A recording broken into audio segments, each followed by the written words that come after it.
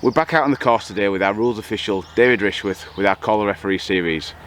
So we find ourselves on our 7th hole, just a little bit short right of the green. We've missed the pond, but we've got onto the path which goes round towards the 8th tee. So obviously with the removable obstruction we can gain relief, but where do I gain relief from? Where are my relief options? It's time to call the referee.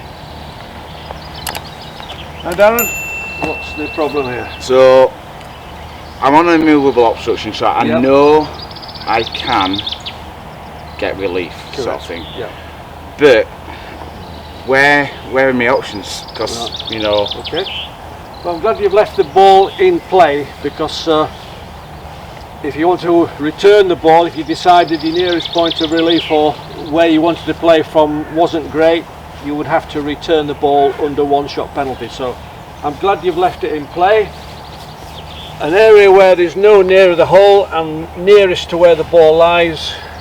Looking at the flag, looks like it's going to be about there. Yeah. So you put a peg in there, then obviously you've be careful of the nettles. Club length from there, so you will be dropping in this area. So it's a bit ankle deep, and there's nettles and everything that's in here. So to be perfectly honest, I don't think this is the best option. So can I play it from the path? You can play it from the path, no problem at all.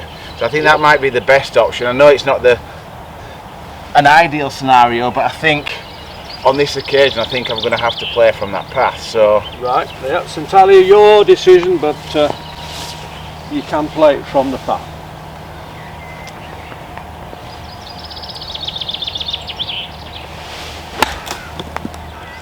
Hi guys, I hope that's been useful. It's just to show that it's always the nearest point of relief and not the nicest point of relief. Sometimes you might have to drop, or your options might have to be dropping in rough, bushes, wherever it is nearest to where the ball lies. So that's why leaving the ball in play was a good point.